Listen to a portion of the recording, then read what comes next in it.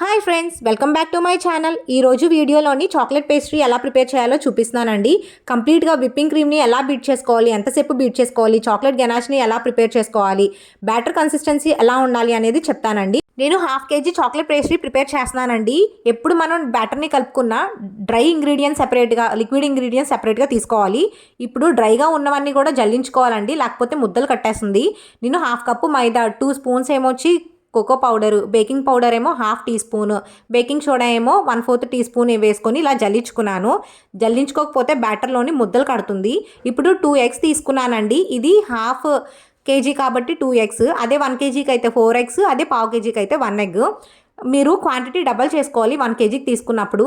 ఇప్పుడు ఎగ్ని బాగా creamy texture వచ్చేంత వరకు కూడా మీరు బీట్ చేసుకోవాలి. ఇందులోని పౌడర్డ్ షుగర్ 1/2 కప్ అయితే యాడ్ చేసుకున్నానండి. ఇది అంతా ఒకేసారి కాకుండా కొంచెం కొంచెంగా యాడ్ చేసుకొని వైట్ కలర్ క్రీమీ టెక్స్చర్ వచ్చేంత వరకు బీట్ చేసుకోండి. ఇప్పుడు వెనీలా ఎసెన్స్ 1 టీ స్పూన్ వేసుకున్నానండి. మీకు ఇంకా స్మెల్ సరిపోకపోతే మీరు యాడ్ చేసుకోవచ్చు. ఇప్పుడు నేను ఎయిర్ ఫ్రైయర్లోని 10 minutes పాటు ప్రీహీట్ చేసుకున్నానండి. ఒకవేళ స్టవ్ మీద అనుకోండి, మీరు ఆ ప్యాన్ పెట్టేసుకొని హై ఫ్లేమ్లోని 10 minutes మూత పెట్టి ప్రీహీట్ చేసుకోండి. అప్పుడే మనకి ఫ్లఫీగా వస్తుంది. పౌడర్స్ అన్నీ కూడా జల్లించి పెట్టుకున్నాం కదండి. ఇప్పుడు ఆ పౌడర్స్ని ఎగ్ మిక్చర్లోని బాగా ఇలాగ కట్ అండ్ ఫోల్డ్ మెథడ్లో మిక్స్ చేసుకోండి. ఇలా కట్ అండ్ ఫోల్డ్లో మిక్స్ చేసుకుంటే మీకు ఎయిర్ గ్రాప్స్ లేకుండా మిక్స్ అయిపోతుంది. బ్యాటర్ అనేది బేకింగ్ టిన్లోకి వేసుకున్నాం అనుకోండి, మనకు బేక్ అయిన తర్వాత కింద మాడిపోతుంది. అది ఇలా బటర్ పేపర్ వేసుకుంటే మీకు మాడిపోకుండా చక్కగా వస్తుంది అనమాట. నా దగ్గర బటర్ పేపర్ లేదు, అందుకని A4 షీట్ వైట్ కలర్ది తీసుకొని ఇలా ఆయిల్తో గ్రీస్ చేసుకున్నాను. మీకు ఈ పేపర్ లేకపోయినా మనకి వైట్ నోట్స్ ఉంటుంది కదండి, అది కూడా ఇలా సర్కిల్ షేప్లో కట్ చేసేసుకొని ఆయిల్ అప్లై చేసుకోండి. బటర్ పేపర్గా చాలా బాగా యూజ్ అవుతుంది. ఇప్పుడు అగరో ఎయిర్ ఫ్రైయర్లో అయితే నేను ఇది బేక్ చేసుకుంటున్నానండి. అది లోపల పెట్టేసి కేక్ ఆప్షన్ ఉంటుంది, దాన్ని సెలెక్ట్ చేసేస్తే ఆటోమేటిక్గా అదే టైమ్ మనకి టెంపరేచర్ కూడా సెట్ అయిపోతుంది. ఇది బేక్ అయ్యే టైంలోని నేను ఇలాగ డార్క్ కాంపౌండ్ చాక్లెట్ తీసుకొని ఇలా అయితే గ్రేట్ చేసుకుంటున్నాను. చిన్న చిన్న ముక్కలు చేసుకోవాలండి, బేగా కరిగిపోద్ది అనమాట. ఇప్పుడు 1 కప్పు చాక్లెట్కి నేను 2 cups విప్పింగ్ క్రీమ్ అయితే తీసుకొని స్టవ్ మీద పెట్టేసి సిమ్లో పెట్టుకొని అలా కలుపుతూ ఉండాలండి, లేకపోతే ప్యాన్ కంటికిపోద్ది. అలా కలుపుతూ ఉంటే ఫైనల్గా మనకి చాలా డార్క్ కలర్ వస్తుందన్నమాట. వైట్గా ఉన్న కలర్ అంతా కూడా చాలా డార్క్ కలర్లోకి అయిపోతుంది.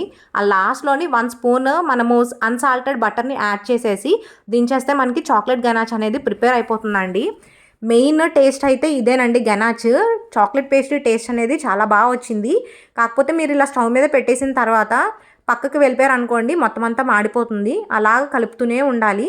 అలా కంటిన్యూస్గా కలిపితే మనకు కొంచెం సేపటికి ఆ లైట్గా ఉన్న కలర్ అంతా బాగా డార్క్ అవుతుంది అనమాట. ఒకసారి ఈ రెసిపీని అయితే ట్రై చేయండి, పక్కాగా పర్ఫెక్ట్గా వస్తుంది. ఈ పేస్ట్రీ బేస్ని అయితే ఎయిర్ ఫ్రైయర్లో బేక్ చేస్తున్నానండి. అదే స్టవ్ మీద అనుకోండి, ఒక ప్యాన్ తీసుకొని దాని మీద మూత పెట్టి హై ఫ్లేమ్లోని 10 minutes పాటు ప్రీహీట్ చేసుకోండి. ఇప్పుడు సిమ్లోకి పెట్టేసి కలుపుకునే బ్యాటర్ని లోపల పెట్టేసి సిమ్లోనే 30 minutes పాటు బేక్ చేస్తే మీకు చాలా స్పాంజీ బేస్ అనేది ప్రిపేర్ అయిపోతుందండి. నెక్స్ట్ వీడియోలోని నేను అది కూడా పెడతాను. ఇప్పుడు నేను విప్పింగ్ క్రీము 1/2 kg కాబట్టి 1 cup తీసుకున్నానండి. కరెక్ట్గా 1 cup విప్పింగ్ క్రీమ్ తీసుకున్నారనుకోండి సరిపోతుంది. ఇది నేను గోపాలపట్నం రా మెటీరియల్ షాప్లో తీసుకున్నానండి. ఈ విప్పింగ్ క్రీమ్ ట్రోపోలైట్ బ్రాండ్ అనమాట, ప్రీమియం క్వాంటిటీ. దీని ప్రైస్ నాకు ఆ హోల్సేల్ ప్రైస్ 160 రూపీస్ పడింది. మా ఇంటి దగ్గర చాలా ప్లేసెస్లో వెతికాను కానీ నాకు ఎక్కడ దొరకలేదండి. నేను గోపాలపట్నం అయితే వెళ్ళి తీసుకున్నాను. ఆ వీడియో కూడా మీకు నేను పోస్ట్ చేశాను, ఆల్రెడీ షార్ట్స్లో పెట్టాను. ఇంట్రెస్ట్ ఉండేవాళ్ళు ఆ రా మెటీరియల్ షాప్ వీడియో కూడా చూడొచ్చు. విప్పింగ్ క్రీమ్ బీట్ చేసుకోవడానికి 4 to 5 minutes ఈజీగా పడుతుందండి. మనం స్పాచులా తీసుకొని మొత్తం అంతా కలుపుకుంటూ విప్ చేసుకోవాలి, లేకపోతే సైడ్స్ అనేది లిక్విడ్గా ఉండిపోతుంది, మధ్యలో ఏమొచ్చి బాగా విప్ అవుతుంది. సో మొత్తం అంతా కలుపుకుంటూ కూడా విప్ చేసుకోండి. ఇలా మనకి స్టిఫ్గా పీక్స్ వచ్చేంత వరకు చేసుకోవాలి, లేకపోతే పేస్ట్రీ మీద నిలబడదు అనమాట, కారిపోతుంది. అందులో వచ్చేది సమ్మర్ కాబట్టి ఇంకా స్టిఫ్గా ఉండాలి. మనం రొటేట్ చేస్తే అది కింద పడకూడదు, అంత టైట్గా ఉండాలన్నమాట. ఆల్రెడీ మనం చాక్లెట్ గనాచ్ని ప్రిపేర్ చేసుకున్నాం కదండి, ఆ విప్పింగ్ క్రీమ్లో కొంచెం వేసుకొని కొంచెం లైట్ బ్రౌన్ వచ్చేంత వరకు మిక్స్ చేసుకోవాలి. ఈ లోపు నాకు 30 minutesలో అయితే నాకు ఈ కేక్ అనేది బేక్ అయిపోయిందండి, బయటికి తీసాను. ఈ సైడ్స్ బటర్ పేపర్ అనవసరంగా వేసానండి. ఎయిర్ ఫ్రైయర్లోని మనకి హాట్ ఎయిర్ చాలా స్పీడ్లో వస్తుంది అనమాట, దానివల్ల ఆ పేపర్ అనేది ఫోల్డ్ అయిపోయింది బేక్ అవ్వకముందే, అందుకే ఆ షేప్ అలా వచ్చేసింది. ఈసారి ఆ సైడ్స్ వేయకుండా జస్ట్ కిందన వేస్తే మనకి మాడిపోకుండా చక్కగా వస్తుంది. ఈ కేక్ని నేను 3 లేయర్స్గా కట్ చేసుకున్నానండి. ఫస్ట్ ఒక లేయర్ పెట్టుకున్నాను, దాని మీద షుగర్ సిరప్. నేను హాఫ్ గ్లాస్ వాటర్ తీసుకొని అందులో 3 టేబుల్ స్పూన్స్ షుగర్ వేసేసి ఫ్రిడ్జ్లో పెట్టానండి. అది బాగా కూల్ అయిన తర్వాత ఆ షుగర్ సిరప్ అయితే వేసుకొని దాని మీద విప్పింగ్ క్రీమ్ వేసుకొని దాని మీద చాకో చిప్స్ అయితే జల్లుకున్నాను. మళ్ళీ ఇంకో లేయర్ అయితే పెట్టుకొని same sugar syrup, choco chips ఇలా విప్పింగ్ క్రీమ్ పెట్టేసుకున్నాను. ఇంకా ఫైనల్ లేయర్ అయితే పెట్టుకొని మొత్తం విప్పింగ్ క్రీమ్ అప్లై చేస్తూ క్రమ్ కోట్ అయితే చేసుకున్నానండి. ఈ క్రమ్ కోట్ చేసుకొని నేను ఫ్రిడ్జ్లో అయితే పెట్టేసుకున్నాను. ఇలా అయితే మనం ఫైనల్ కోట్ వేసుకున్నప్పుడు ఎక్కువ క్రీమ్ అవ్వకుండా మనకి షేప్ కూడా పాడవకుండా నీట్గా వస్తుందండి. ఇప్పుడు ఫైనల్ లేయర్ అయితే పెట్టుకొని కొంచెం విప్పింగ్ క్రీమ్తోని దానికంటూ ఒక కోటింగ్ అయితే ఇచ్చానమాట. కోటింగ్ ఇచ్చేసి ఇంకా ఫ్రిడ్జ్లో పెట్టేసుకున్నాను. స్టార్టింగ్ విప్పింగ్ క్రీమ్ అప్లై చేసినప్పుడు కొంచెం కష్టంగా ఉంటుందండి. అదే 2-3 చేసినప్పటికీ మనకు కొంచెం ఐడియా వస్తుంది. ప్యాలెట్ నైఫ్ ఎలా యూజ్ చేయాలి, టర్న్ టేబుల్ ఎలా రొటేట్ చేయాలి, ఇవన్నీ ఒక ఐడియా వస్తుంది. ఎంత విప్పింగ్ క్రీమ్ అయితే సరిపోతుంది అనేసి. ఇప్పుడు నేను ఫ్రిడ్జ్లో నుంచి అయితే పెట్టేసి తీసానండి. ఒక హాఫ్ అన్ అవర్ ఉంచాను. దాని తర్వాత ఫైనల్ కోట్ అయితే ఇస్తున్నాను.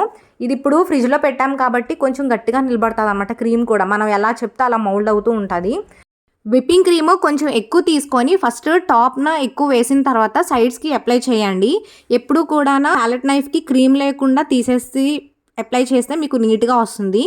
ఇప్పుడు స్క్రాపర్తోని సైడ్ ఫినిషింగ్ అంతా నీట్గా ఇచ్చిన తర్వాత పైన ఈ ప్యాలెట్ నైఫ్తోని ఏమైనా క్రీమ్ మిగిలిపోతే అదంతా రిమూవ్ చేసేయండి. ఇప్పుడు ప్రాపర్ ఫినిషింగ్ వచ్చిన తర్వాత మనకి బేస్ ఉంది కదండి, కేక్ బేస్కి ఏదైనా క్రీమ్ అంటికిపోతే నీట్గా క్లాత్తోనో లేకపోతే టిష్యూతోనో నీట్గా క్లీన్ చేసుకోండి. ఇప్పుడు నేనైతే చాక్లెట్ గెనాచ్ అనేది అప్లై చేస్తున్నానండి.